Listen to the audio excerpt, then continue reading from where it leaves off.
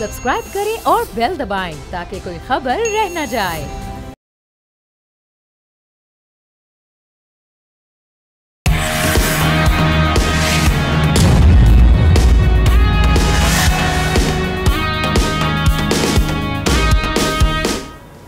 अस्सलामुअलैकुम, आप देख रहे हैं न्यूज़ पंच। मैं हूं आमना खटाना। आगाज़ में हम बात करेंगे पेशावर में अमन दुश्मन ख्वारजियों के हमले के हवाले से, जिसे नाकाम बना दिया गया।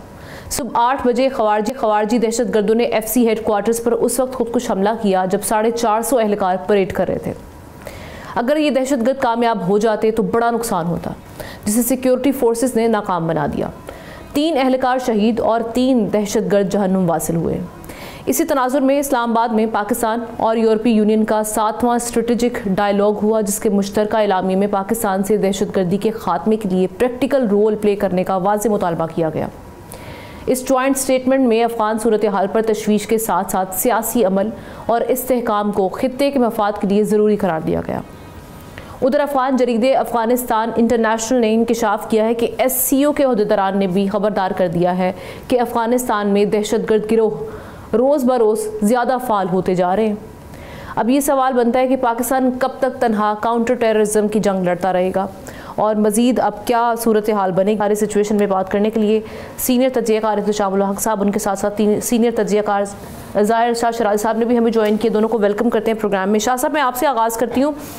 अभी ये बड़ा नुकसान होने जा रहा था, जिससे अल्हम्दुलिल्लाह बचत हो गई, लेकिन हमला आवरों का FC हेडक्वार्टर्स तक पहुंचना भी एक सवालिया निशान है। और साथ ही साथ अभी ये जो पाक यूरोपीय यूनियन की जॉइंट स्टेटमेंट है, जिसमें प्रैक्टिकल रोल प्ले करने का कहा गया अफगानिस्तान को, आप समझते हैं कि प्रेशर तो बढ़ता चला जा रहा है अफगानिस्तान पर, उसके बावजूद वहाँ पर हम देख रहे हैं कि जूं तक नहीं रेंग रही या हटदर्मी अभी बरकरार है। क्यों अब तक अफगानिस्तान किसके बलबूते पे हम देख रहे हैं कि डटा हुआ है, अपने स्टेटमेंट से, अपने नैरेटिव से पीछे नहीं हट रहा और किसी किस्म के इकदाम नहीं कर रहे? कब तक ऐसे मामला चलेंगे? लेकिन बहुत शुक्रिया आमना। पहले तो फ्रंटियर कांस्टेबलरी के हेडक्वार्टर पे होने वाला हमला रेड जोन के अंदर मेरे ख्याल में काफ़ी परेशान कुन है। आज से 15 साल पहले 2010 में भी इसी फ्रंटियर कांस्टेबलरी के गेट के साथ कमांडेंट जो थे FC के सिफत गयूर साहब, जिस वक्त वो बाहर निकले तो इसी से जाए वकुआ से तकरीबन कम अज़ कम एक 20 कदम के फासले पे उन पर खुदकुश हमला हुआ, वो शहीद हुए। आज 15 साल बाद दोबारा कोशिश की गई फ्रंटियर कांस्टेबलरी को टारगेट करने की, लेकिन इसमें जो परेशानी वाला मामला है वो ये है कि अगर एक तो कैंट के अंदर और दूसरा रेड जोन के अंदर हमला करना, ये मेरे ख्याल में एक ज़रूर सवालिया निशान है। और इसके ऊपर ना सिर्फ सूबाई हुकूमत बल्कि दूसरी लॉ इन्फोर्समेंट एजेंसीज को अकाउंटेबल ठहराया जाना इंतहाई ज़रूरी है और इसका सदेबाब भी होना चाहिए।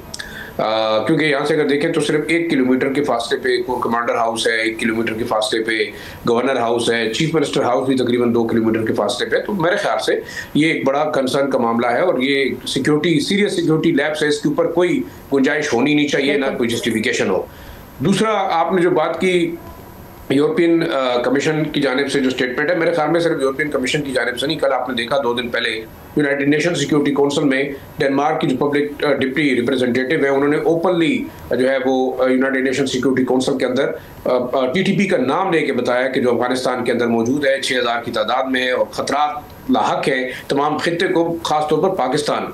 फिर रूस के जो डिप्टी रिप्रेजेंटेटिव थे, उन्होंने ISK के हवाले से जो है बड़ा ओपनली एडमिट किया कि 2000 के करीब जो है वो दहशतगर्द मौजूद हैं दाइश खुरासान के, जिनको हेड कर रहा है सनाउल्लाह गफारी, और ये एक बड़ा आम कमांडर है जो कि ओपनली अफगानिस्तान के अंदर ऑपरेट कर रहा है। बाकी रूस की जानिब से भी ये मामला उठाया गया, यूरोपियन कमीशन की जानिब से उठाया गया। देखिए, मेरे ख्याल में भी वक्त आ गया है कि इंटरनेशनल कम्युनिटी अफगानिस्तान को जो है एक टफ टाइम दे। मेरे ख्याल में अमेरिका और उसके इत्तेहादियों ने तो अफगान तालिबान रिजीम इम्पोज कर दिए अफगान कौम के ऊपर, लेकिन शायद वो उनके एजेंडे के मुताबिक जो है वो काम ना कर सकी या उनके इंटरेस्ट को सर्व ना कर सकी, बल्कि उन्होंने तमाम खित्ते को आग में झोंक दिया है। अनरियलिस्टिक डिसीजंस हैं, उनकी हटदर्मी है। और मैं तो ये समझ रहा हूँ कि जिस तरीके से जो अफगान रेजिस्टेंस फ्रंट की बात की जा रही है, अफगान डिप्लोमेटिक फ्रंट की बात की जा रही है, तो अब तालिबान की जो रिजीम है अफगानिस्तान के अंदर, उसके बड़े दिन बड़े थोड़े रह गए हैं। ये तो पाकिस्तान को क्रिटिसाइज करते रहे कि शायद पाकिस्तान चाहता है रिजीम चेंज हो, लेकिन अब दुनिया खुद चाहती है। आपने देखा खित्ते के सारे जो पड़ोसी ममालिक हैं, Russia, China, central Asian republics में, मैं आपको एक बड़ी खबर दूं, ये एक बहुत बड़ी खबर है कि बाकायदा एक सेंट्रल एशियन रिपब्लिक के अंदर पूरा प्लान बना दिया गया है कि कौन लीड करेगा, कौन जो है वो तमाम चीज़ों को फॉरवर्ड करेगा। पाकिस्तान से बार बार सिर्फ इतना कहा जा रहा है कि वो न्यूट्रल रहे, लेकिन पाकिस्तान वो वाहिद मुल्क है जो नहीं चाहता कि एक बार फिर अफगानिस्तान के अंदर रजीम चेंज हो, अफगानिस्तान के अंदर फिर लैंड ऑर्डर के मसाइल बने, खाना जंगी हो।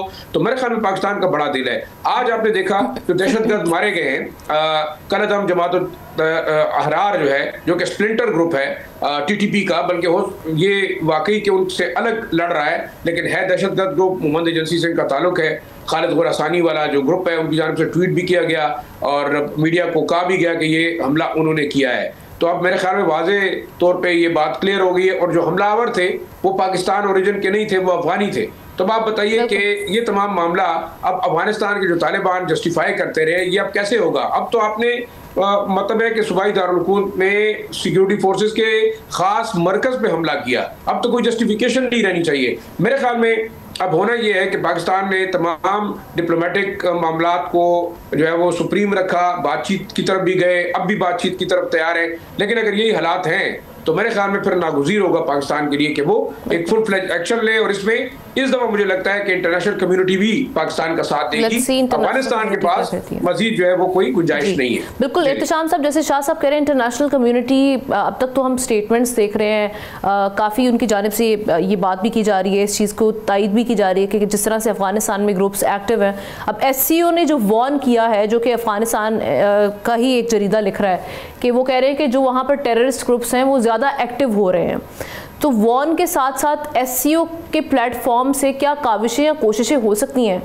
क्योंकि ये तो सबके मफाद में है। अगर जो खित्ता है महफूज रहता है या खित्ते में अगर जंग छिड़ती है तो ऑब्वियसली ये हर जगह फैलेगी। तो SCO के प्लेटफॉर्म से काविशें क्यों नहीं इस सिलसिले में अभी तक नज़र आ रही हमें? देखिए आमना, जहाँ तक पाकिस्तान का ताल्लुक है इसमें कोई शक नहीं है कि बड़ा वाज़ेह तौर पे हमें नज़र आ रहा है कि डिप्लोमेटिक ऑप्शन जितने थे वो एग्जॉस्ट कर चुका है पाकिस्तान।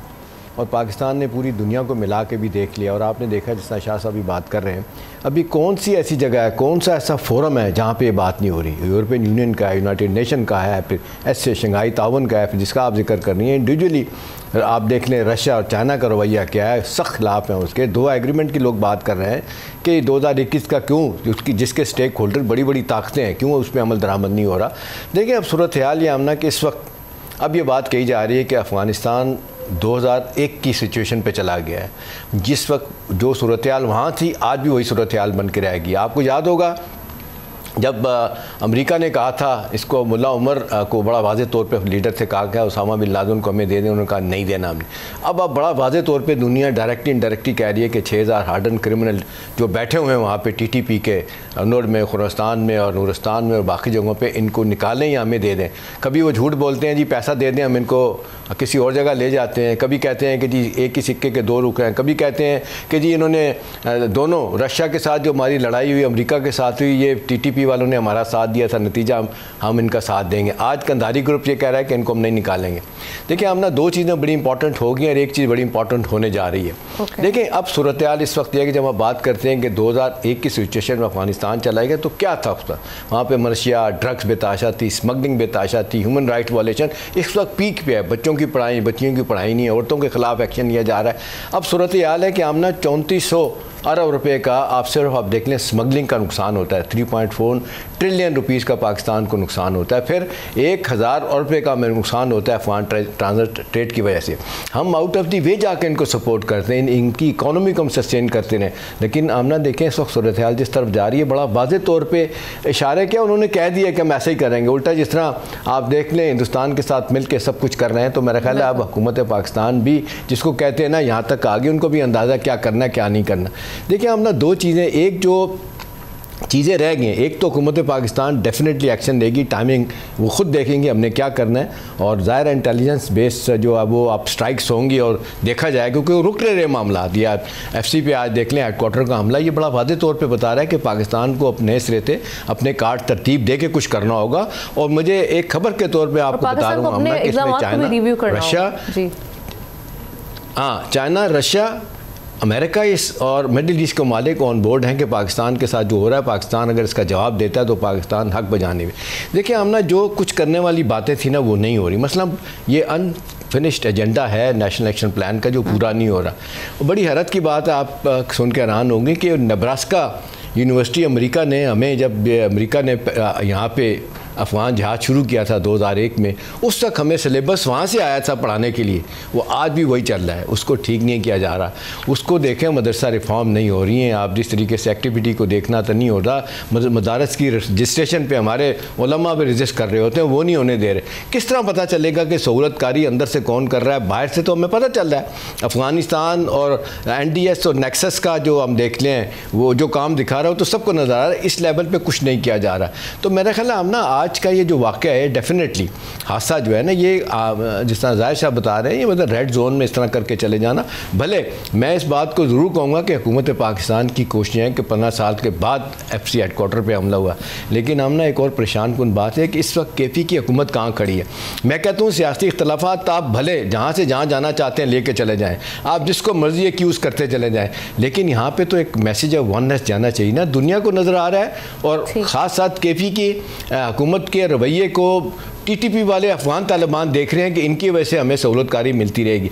इनडायरेक्टली डायरेक्टली आमना इनको सपोर्ट है, जब उनको पता है कि हुकूमत के साथ, मरकज़ के साथ ये सूबा नहीं खड़ा, जो कह रहा है कि जी हम जाके उनसे बातचीत खुद करेंगे, जो कहते हैं कोई ऑपरेशन ना किया जाए, तो मेरा ख्याल है इनको भी अपने कार्ड को तरतीब करना होगा। सियासी मुखालफत इस हद तक नहीं होनी चाहिए कि आपके मुल्क की सलामती भी दाव पर लगना शुरू हो जाए। एक तो हुकूमत को अब मेरा ख्याल है खुद न्यूट्रलाइज़ करेगी, हुकूमत को कैसे करेगी क्या नहीं, बात के सवाल। दूसरी बात ये हो रही है आमना को, जिस तरीके से अभी रजीम चेंज की जाहिर शाह भी बात कर रहे थे। देखें पाकिस्तान में आपको एक खबर के तौर पर बता रहा हूँ कि यहाँ पे असेसमेंट हुई है कि रजीम चेंज अगर हो जाती है शायद उसके इस वक्त चांसेस बहुत ज़्यादा हैं। नॉर्दर्न अलायंस जिस तरह इस वक्त तकड़ा होकर सामने आया वो भी चाह रहे हैं, लेकिन पाकिस्तान नहीं चाहता। उसकी वजह है कि आज अगर तालिबान को आप रूट करेंगे तो और लोग आ जाएंगे, ये फिर इंटरनल लड़ाई होगी, उसके बाद फिर तालिबान जो है ना वो TTP को इस्तेमाल करेंगे पाकिस्तान के खिलाफ। तो मेरा ख्याल है आउट ऑफ द बॉक्स बहुत सारे सोल्यूशन पाकिस्तान करके देख चुका है। अभी तो टर्की का जो मामला देखा रुका हुआ है, जिस तरह वज़ीर दफ़ा ने, उनके इंटेलिजेंस चीफ ने और फॉरेन मिनिस्टर ने आना है, एक और मेरा ख्याल है एफर्ट हो जाएगा, उसके बाद देखना क्या है। एक मेरा ख्याल है पाकिस्तान फिर जिस तरीके से नेशनल एक्शन प्लान के बहुत से निकात जो कंसर्न मुल्कों, अगर उन पे भी अमल दरामद हो तो बहुत सारे नहीं अमल दरामद हुआ। मेरे ख्याल में एक आखिरी चीज जो शाम साहब कह रहे थे, मेरे ख्याल में एक अच्छा जेस्चर हमें नजर आया आज जब इन शोहदा के जनाजे हो रहे थे, तो हमने देखा कि चीफ मिनिस्टर खैबर पख्तूनख्वा सुहेल अफरीदी और कोर कमांडर पेशावर वो दोनों इस जनाजे में इकट्ठे मौजूद थे। दोनों ने दुआ भी की। मेरे ख्याल में हम ये भी दुआ कर सकते हैं कि ये इसी तरह, और वज़ीर आला ने बड़ा ओपनली कहा कि हम दहशतगर्दों का मुकाबला करेंगे और उनसे डरने वाले नहीं है। तो मुझे तो लगता है कि शायद जो काम अली अमीन गंडापुर साहब नहीं कर सके, शायद दहशतगर्दी के खिलाफ जंग में सुहेल अफरीदी साहब जो है ना वो वफाक का भी साथ देंगे, बल्कि कौम का साथ देने के लिए तैयार हो रहे हैं, और मेरे ख्याल में होना भी चाहिए। इंटेंट और विल का उन्होंने इजहार किया, बहुत शुक्रिया। मैसेज उनको चला जाएगा, पब्लिकली भले सपोर्ट ना करें, लेकिन एक बड़ा स्ट्रॉन्ग मैसेज उनको चला जाएगा कि KP की हुकूमत जो है ना, they are no more supporting TTP और Afghan Taliban indirectly directly. Right, we take a break here. Break के बाद वापस आएंगे। कराची के साथ के इलेक्ट्रिक मैनेजमेंट से जो खबरें इस वक्त आ रही हैं, उसकी वजह से कराची के शहरियों के लिए नई मुसीबत क्या बन सकती है, वो डिस्कस करेंगे।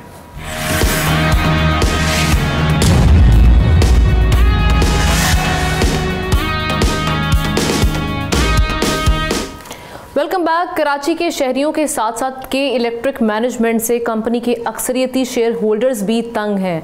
शेयर होल्डर KE होल्डिंग्स ने के इलेक्ट्रिक के CEO, SECP के चेयरमैन और पाकिस्तान स्टॉक एक्सचेंज के CEO को ख़त लिखकर अपने कंसर्न्स रेज किए हैं कि अक़लियती शेयर होल्डर्स अल-जुमे पावर लिमिटेड और डेनहम इन्वेस्टमेंट लिमिटेड ने बोर्ड की कार्रवाइयों को मफलूज कर दिया और अब कंपनी की हसास मालूमात भी मीडिया में लीक की जा रही हैं, जिसमें बोर्ड मीटिंग्स और शेयर होल्डर्स के इदारों की गलत रिपोर्टिंग शामिल है। KEH का कहना है कि 35.7% बिलवास्ता मिल्कियत के बावजूद उन्हें बोर्ड में किरदार अदा नहीं करने दिया जा रहा, जबकि मौजूदा मैनेजमेंट ने नेपरा और हुकूमत पाकिस्तान का एतमाद भी खो दिया है। ख़त में फौरी बोर्ड इंतखाबात का मुतालबा किया गया ताकि क़यादत बदली जाए और टैरिफ समेत तिजारती फैसले दुरुस्त समत में किए जा सकें। इंतखाबात की मुद्दत जुलाई 2025 में ख़त्म हो चुकी है, लेकिन सवाल ये है कि इलेक्ट्रिक पर काबिज अक़लियती शेयर होल्डर्स का कब्जे कैसे ख़त्म होंगे और अक्सरियती जो शेयर होल्डर्स हैं उनको कब तक रिलीफ मिलेगा।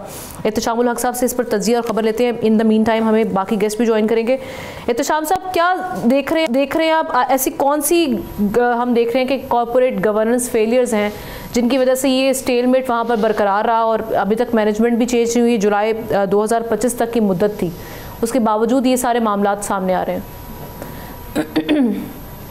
हमने देखें इस्लामाबाद में मैं देख रहा हूँ कि बहुत ज़्यादा हलचल है। जिस तरीके से आपने देखा मेजॉरिटी शेयर होल्डर और कई होल्डिंग की तरफ से जो ख़त लिखा गया, जो आपने देखा अखबारों में रिपोर्ट हुआ, टेलीविज़न पे इस पर प्रोग्राम हुए, उसके बाद से मैं देख रहा हूँ कुछ इतलात मेरी हैं कि SECP में भी और नेपरा में भी एक हलचल है और ये बार बार कहा जा रहा है कि क्यों ना तो परफॉर्मेंस ठीक हो रही है के इलेक्ट्रिक की, ना ही वहाँ पे शेयर होल्डर जो है ना वो खुश हैं। और फिर ये सवाल उठाया जा रहा है, एक तरफ तो हम देखते हैं हुकूमती लेवल पे जो मैं कहता हूँ नाहली कहें या अनड्यू सपोर्ट अंदर से जो दे रहा है इस माइनॉरिटी ग्रुप को वहाँ पे जो बैठे हुए हैं, उसके अलावा सिंध दो ये भी आज सवाल आमना हो रहा है यहाँ पे सारे क्वार्टर्स में, ऑफिशियल अनऑफिशियल क्वार्टर में, कि सिंध हाई कोर्ट से जिस तरीके से आपने देखा 2022 में अक़लियती शेयर होल्डर जो है उन्होंने ये बोर्ड जिसका बहुत जिक्र कर रहे हैं कि बोर्ड ऑफ डायरेक्टर्स को मुकम्मल नहीं कर रहे, एक अबूरी आपने ऑर्डर हासिल किया था इन्होंने के इलेक्ट्रिक ने और वो आज तक वही चल रहा है।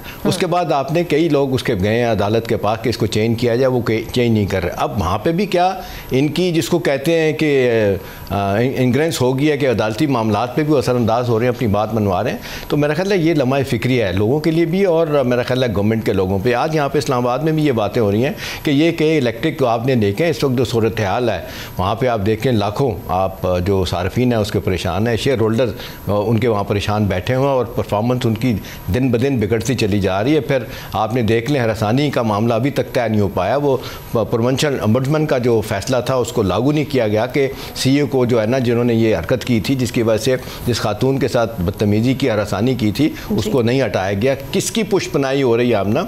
लोग आज इस्लामाबाद में सवाल कर रहे हैं, लोग ये सवाल कर रहे हैं कि इतना बड़ा अदारा प्राइवेटाइजेशन वैसे नहीं हो रही और जिसको प्राइवेटाइजेशन जिस तरह की गई है, 2 ग्रुप सऊदी और कुवैती ग्रुप को दिया गया था, उसके साथ जो परफॉर्मेंस होनी चाहिए थी, जिस तरह कहा गया था कि इसमें पैसा पंप इन किया जाएगा, नहीं किया गया। क्या इसी को निचोड़ के खाया जाएगा? आवाम के लिए भी काम किया जाएगा? मैंने रिपोर्ट सारी देखी आमना, इसमें जो कह रहे हैं जो इस वक्त सूरत हाल गवर्नमेंट के लोग भी मान रहे हैं, वो कहते हैं इसमें कम्बिनेशन है बहुत सारी चीज़ों का जो इस वक्त पैदा हो चुकी है कि इलेक्ट्रिक में कह रहे हैं ये पूरा कस्टमर सर्विस है। गेस्ट का तारुफ करवा दूं फिर कंटिन्यू कीजिएगा इस हवाले से। अहमद चुनाय साहब डायरेक्टर पाकिस्तान स्टॉक एक्सचेंज भी हमें in the mean time join कर चुके हैं, थैंक यू सो मच, आपको भी वेलकम करते हैं। एहतशाम साहब आप कंटिन्यू करें, फिर मैं अगला क्वेश्चन उनसे करूँगी।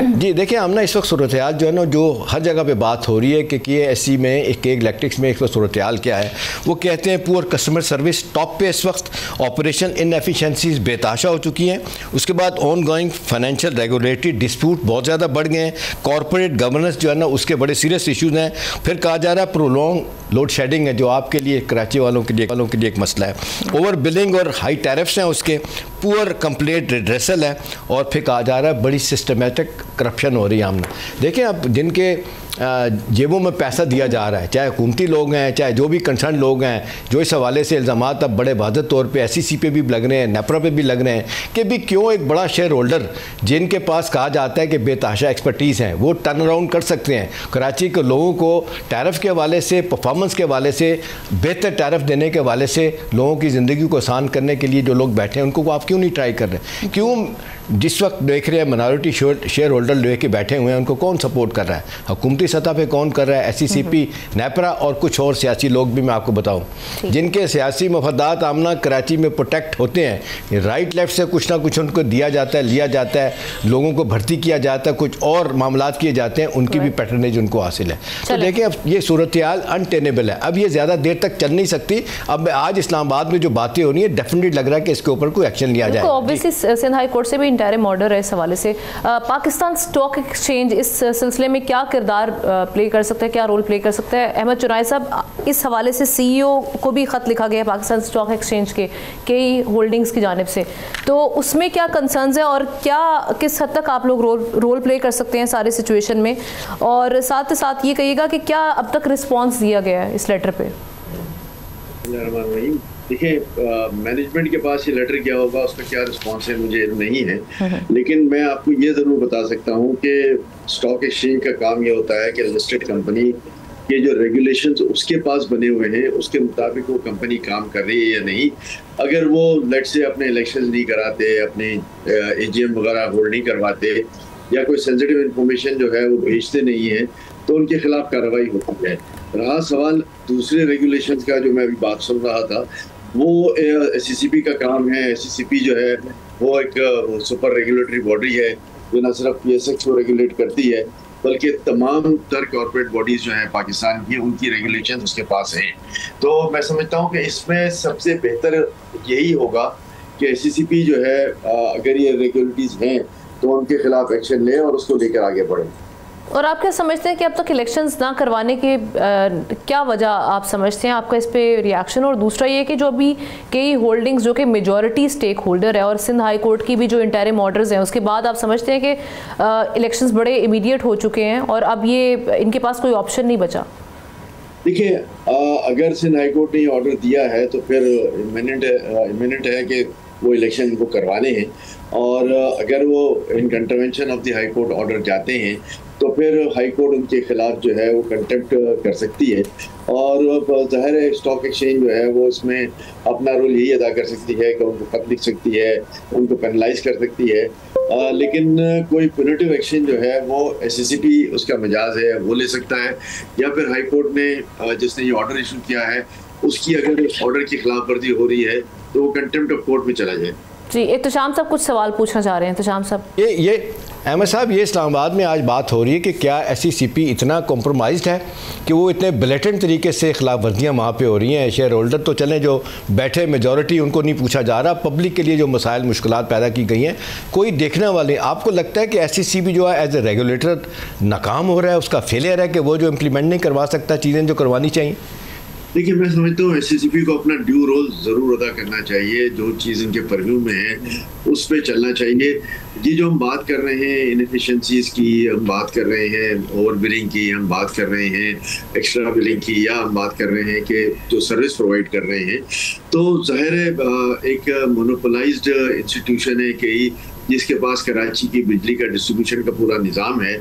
उस सिलसिले में गवर्नमेंट को जो है वो एक्शन लेना चाहिए कि जी ये कराची के अवाम के साथ नाइंसाफ़ी है, और कराची के अवाम को जो है अज़ाब से निजात लाने के लिए उनको ही जो है वो ये काम करना चाहिए। बिल्कुल ठीक, thank you so much Ahmad Chunai Sahab, आपने इस हवाले से वक्त निकाला। इसी हवाले से बात करने की अकमल साहब इकोनॉमी एक्सपर्ट भी हमें ज्वाइन कर चुके हैं, thank you so much. Chaudhry sahab, ये अभी जो हम देख रहे हैं के इलेक्ट्रिक में एक मैनेजमेंट इंस्टेबिलिटी, अगर ये ऐसी बरकरार रहती है, जो कि सिंध हाई कोर्ट का एक इंटरिम ऑर्डर भी आ चुका है और कई होल्डिंग्स पे मामला उठा चुकी है, लेकिन अगर ऐसी ही बरकरार रही तो आप कराची की इंडस्ट्री पर ये जो पावर सप्लाई के मामला हैं इस पर क्या इम्पैक्ट आता हुआ देख रहे हैं? जी बहुत शुक्रिया। देखें, केई होल्डिंग्स के पास जो है ना वो 53.8% जो है वो शेयर होल्डिंग है, which is a majority share holder.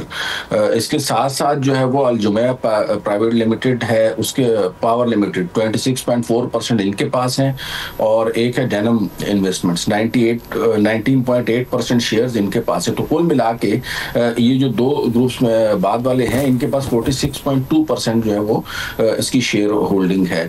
तो अब हो ये रहा है कि KEH जो है वो जो बोर्ड ऑफ डायरेक्टर है जिसकी टर्म एक्सपायर हो चुकी है, तो वो इनसे कह रहे हैं कि नया बोर्ड लाया जाए ताकि जो डिसीजन मेकिंग है उसको आसान किया जाए। लेकिन अब इनका आपस में वो शंघाई का ऑपरेशन को जो बेचना था उस वक्त से जो है वो इनका आपस में जो है वो कोई खिलाफात चल रहे हैं, जिसकी वजह से उन्होंने जो बोर्ड ऑफ डायरेक्टर्स है उसको मजीद जुलाई के बाद से चेंज नहीं किया।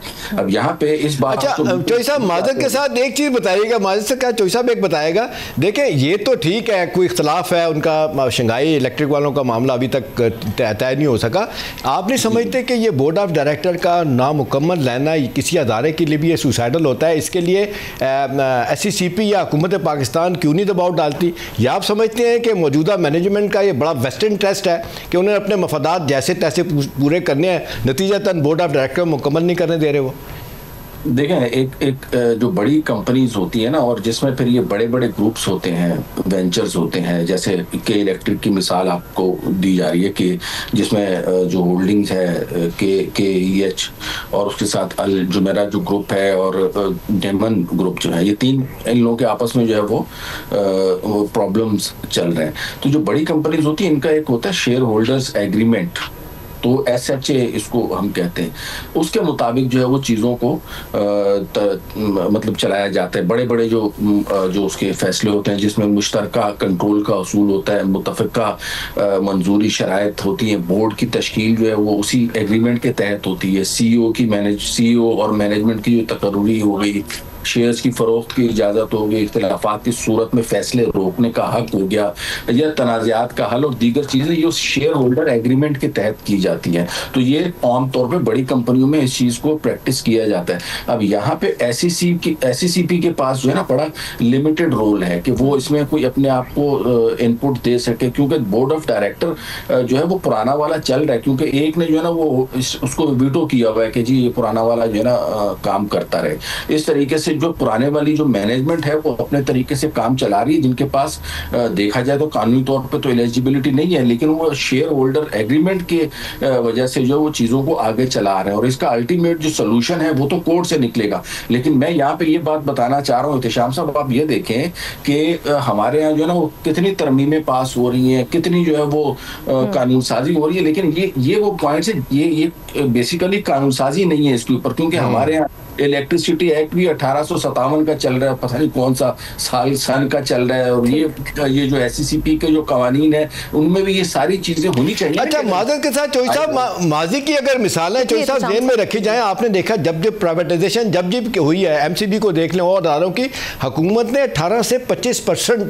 शेयर होल्डिंग के ऊपर मैनेजमेंट ट्रांसफर कर दी, और जब उन्होंने कोई अच्छी परफॉर्मेंस दिखाई तो फिर उनको आपने देखा बाकायदा तौर पर 100% उनको शेयर होल्डिंग दी गई, जिन्होंने नहीं किया उनसे ले ली जाती थी। यहाँ पे बिल्कुल उलट साहब है कि जो माइनॉरिटी शेयर होल्डर है परफॉर्म भी नहीं कर रहा, लेकिन सब पे आवाम को के सरों पे उसको बिठाया हुआ है। देखिए, के इलेक्ट्रिक के हवाले से ना दो चीजें बड़ी इंपॉर्टेंट हैं जिनको इग्नोर किया गया है। नंबर एक जो इग्नोर की गई वो चीज ये है कि ये जो इलेक्ट्रिसिटी जो है ना, जस्ट लाइक ए जैसे इंसान को खाने पीने की जरूरत होती है, सांस लेने के लिए हवा की जरूरत है, तो बिजली की भी जरूरत है। तो ये बिजली जो है ना necessity, it is not like PIA के जहाज में कुछ चंद एक लोग या बहुत कम पब्लिक सफर करती है, या स्टील मिल को लोहा कोई हर कोई इस्तेमाल नहीं करता। ये एक पब्लिक जो है ना इंटरेस्ट की चीज है। इसमें हुकूमत को अपने कवायद और जवाबित और रेगुलेशन इस तरह की रखनी चाहिए थी जिसमें इस तरह का डेडलॉक हो, और आने वाले टाइम के लिए भी सबक है, क्योंकि अभी काफी सारी पावर कंपनीज को और प्राइवेटाइज करने जा रहे हैं, तो उसमें इस तरह की चीजें रखनी चाहिए थी। और आपकी बात बिल्कुल तो साहब मेरा ख्याल है वक्त आ गया कि गवर्नमेंट जो है ना इंटरवीन करे और जो मेजॉरिटी शेयर होल्डर्स हैं उन्हें कंपनी दे दी जाए, ताकि लोगों को सुख मिले, लोगों के मामला ठीक हो सके, कंपनी चल पाए ढंग तरीके से।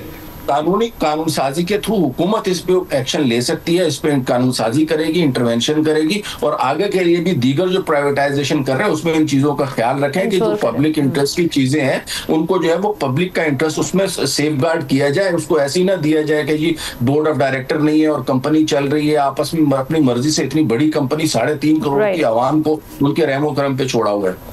ठीक, thank you so much Chaudhry Akmal sahab, Ehtishamul हक साहब, दोनों का शुक्रिया अदा करते हैं। बढ़ते हैं, ब्रेक के बाद वापस आएंगे।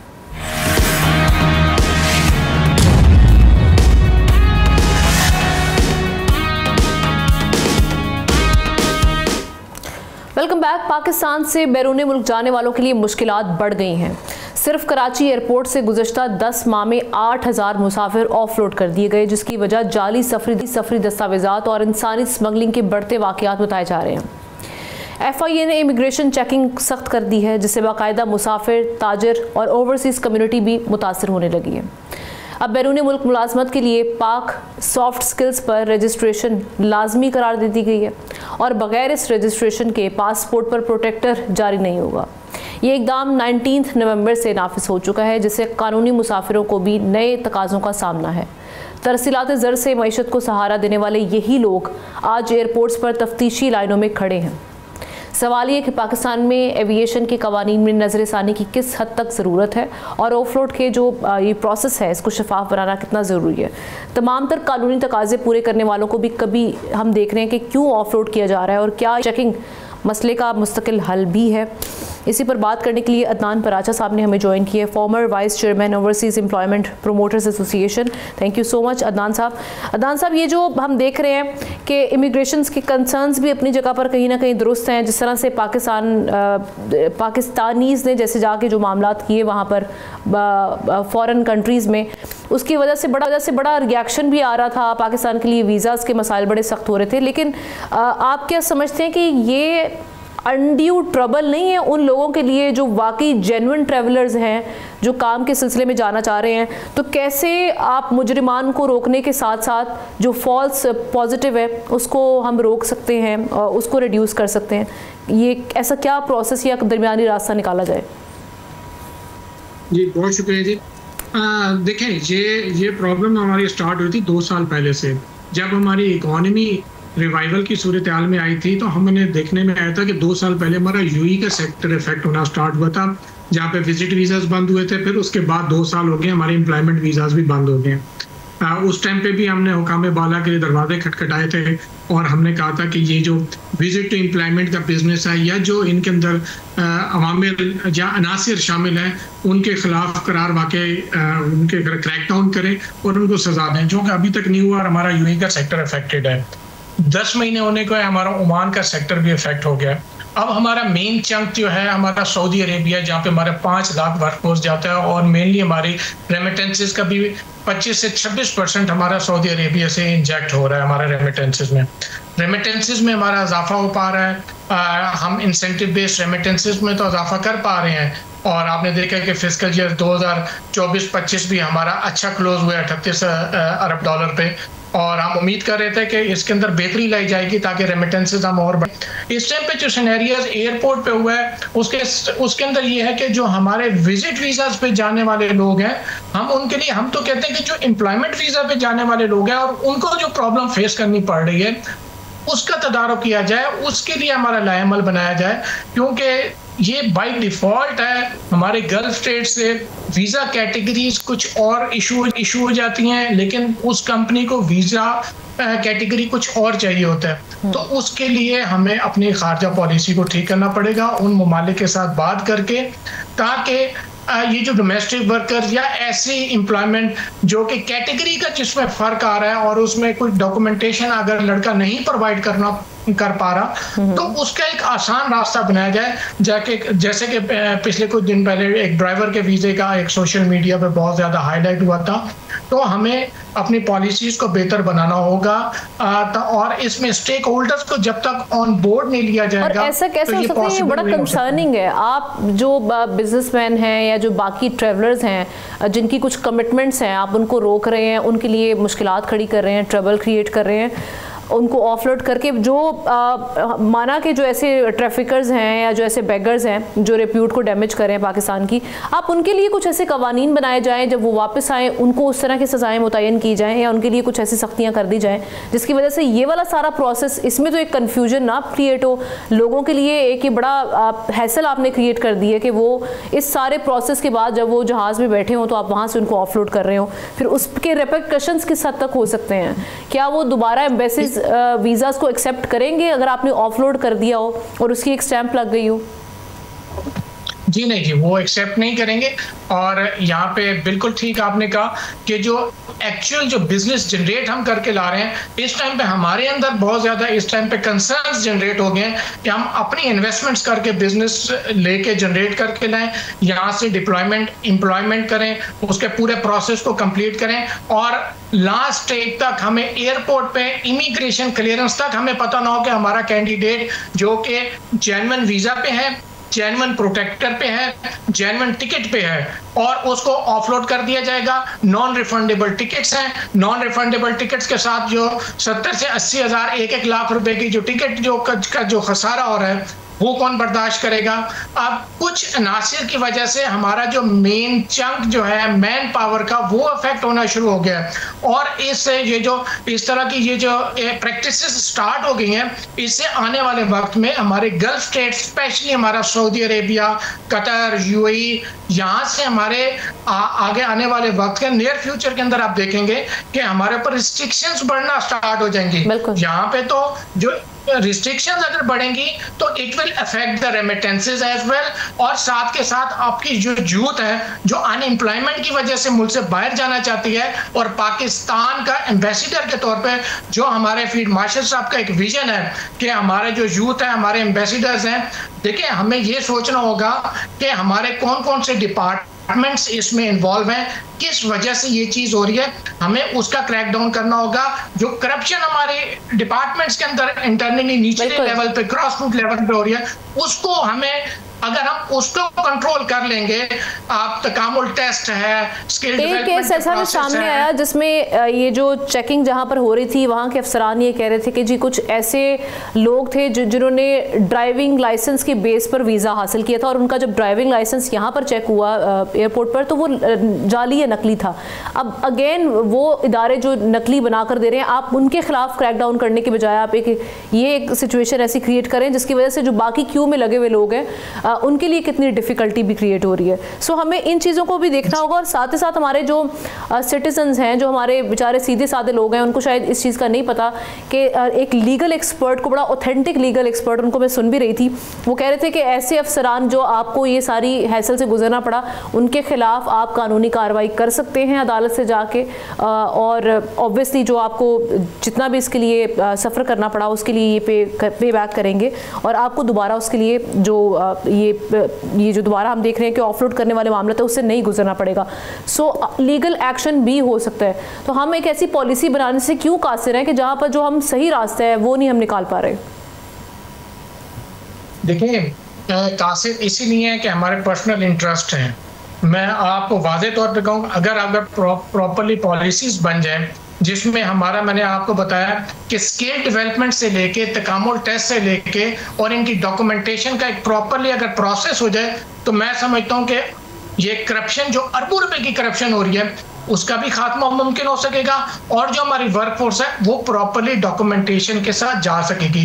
जो लोग फेक डॉक्यूमेंटेशन के अंदर इन्वॉल्व हैं, गवर्नमेंट ऑफ पाकिस्तान, हमारे वफाकी इदारे उनके खिलाफ क्रैक डाउन करें, वरना आने वाले वक्त में होगा क्या कि आपका यही जो इमेज है हमारे पाकिस्तान की जो यूथ का है, और स्पेशली मई के बाद हमें जो जिस तरह हम एशियन टाइगर बनने जा रहे हैं, ये हमारा इफेक्ट होगा। आपके एक्सपोर्ट्स ऑलरेडी इफेक्टेड है, अगर आने वाले वक्त में रेमिटेंसेस और हमारे वर्कफोर्स का बिजनेस इफेक्ट हुआ तो ये डायरेक्टली आपकी इकोनॉमी को इफेक्ट करेगा। ये हमें सोचने की जरूरत है, क्योंकि जो जब ड्राइविंग लाइसेंस का था, देखिए ड्राइविंग लाइसेंस का मैं आपको ये चीज बता दूं कि कुछ डोमेस्टिक वर्कर्स के वीजाज होते हैं, उनकी कैटेगरीज डिफरेंट होती है, लेकिन उनको डिफरेंट कैटेगरी का वर्कफोर्स पाकिस्तान से रिक्वायर्ड होता है। तो जो जिस कैटेगरी का रिक्वायर्ड होता है, हम एज पर द कंपनी वो जो प्रिंसिपल कंपनीज की रिक्वायरमेंट है उसको हम फुलफिल करते हुए उसकी डॉक्यूमेंटेशन पूरी करते हैं और यहाँ से बाहर उसको भेजते हैं ताकि वो डिप्लॉयमेंट उसकी हो सके। तो हम एक लीगल प्रोसेस को तो कंप्लीट कर रहे हैं, साथ जो फेक डॉक्यूमेंटेशन है, हाँ उसके अंदर हमारे वफाकी इदारे बिल्कुल क्रैकडाउन करें, लेकिन उन कुछ लोगों की वजह से हमारा पूरा बिजनेस जो इफेक्ट होने वाला है, जो हमारा 2026 हमें अच्छा दिखाई नहीं दे रहा अभी से, क्योंकि आपकी रिस्ट्रिक्शंस स्पेशली गल्फ स्टेट से बढ़ जाएंगी फ्रॉम जनवरी ऑनवर्ड।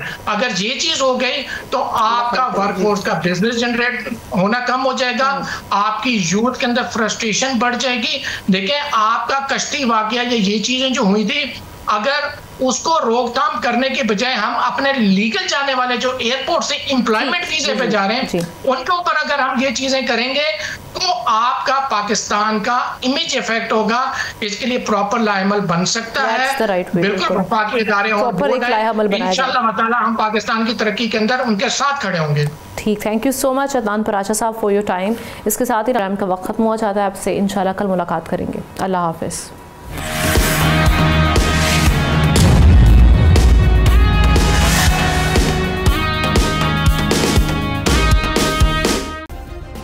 सब्सक्राइब करें और बेल दबाएं ताकि कोई खबर रह न जाए।